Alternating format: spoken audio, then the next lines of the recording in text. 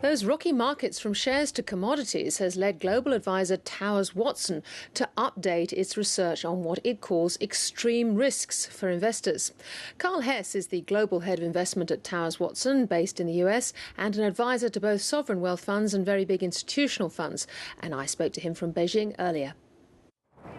Carl Hess, welcome to the programme. Great to be back, Tiki. Thank you. Now, when we last spoke to you in August, we talked about Europe. Are we any closer to a solution? Because I see your latest ranking of extreme risks. Sovereign default has risen 4 places to second position after depression. Well, I'm not quite sure we're any closer to a solution, but I certainly think we're closer to a precipice. The debts haven't gotten any smaller. The deliberations have gotten a bit more close to hand, but we're still arguing about who's going to bear the losses, and I'm not sure we're all that close yet. You see a default in Greece, presumably, as pretty inevitable. I think so, but when we were talking about extreme risks, I'm not sure I consider Greece all that extreme. I mean, it's of the size where the markets won't like it, but they'll handle it. Bigger fish are what I think we had in mind when talking about that sort of thing. Do you see risks with countries like Italy now? One's got to turn one's mind there. I mean, Italy doesn't have quite the same weight of debt burden that Greece does, but nonetheless, it's got political paralysis. Not that that's changed much over the last 60 years.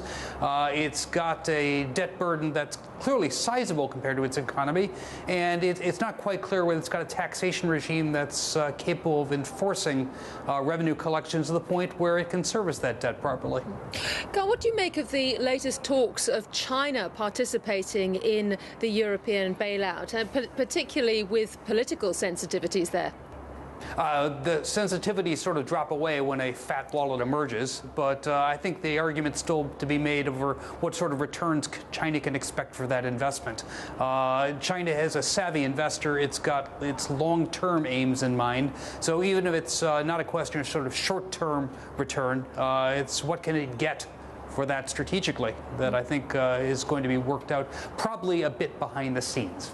Yet there's talk of a special purpose vehicle fund to attract strong investors such as emerging nations, sovereign funds, private investors, the sort of folk that you'd be advising. How will you be advising them?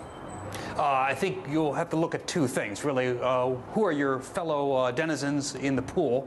Because you'll want to think very carefully that they've got the same motives and objectives that you do, and indeed the same time horizon. And second, really, what are the prospects for returns? There's going to be a certain amount of political investment here.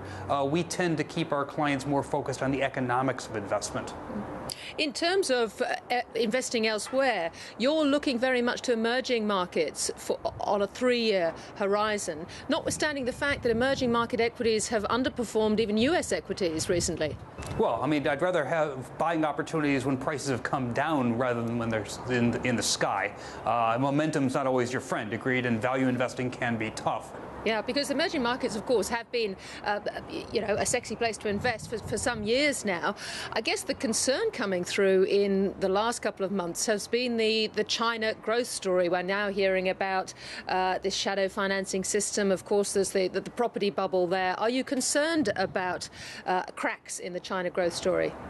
Been spending quite a bit of time today discussing just that here in Beijing, Tiki. It's important to note that while there is certainly a bit of concern over the Chinese shadow banking system, it's just not that big compared to the overall economy. And the Chinese government is certainly good for the debts of the system. Whether it wants to do it or not is another question. And you're sort of dealing with this tussle between the banks, the provinces, and the central government over who's going to pay for this. And indeed, presumably a credibility issue as well, because there are questions about whether one actually believes the financial status of the banks and indeed China's GDP figures. It does mean that you've got to invest a bit carefully, and simply sort of buying the whole market's going to feel like a less than satisfactory strategy. Really doing your digging and understanding just who you're doing business with, I think is absolutely critical to investing in a market where you've got less than full transparency. Going back to your extreme risks, you've added 2 to the list of 15, but you've dropped off 2, one of which is the end of capitalism and the other excessive leverage. You obviously don't think much of the Occupy Wall Street and occupiers around the world. Well, I think it's not that as much as 2 things. One is if capitalism really does end, there's not much you can do about it as an investor. So that risk might just be a bit too extreme to actually deal with in any meaningful way.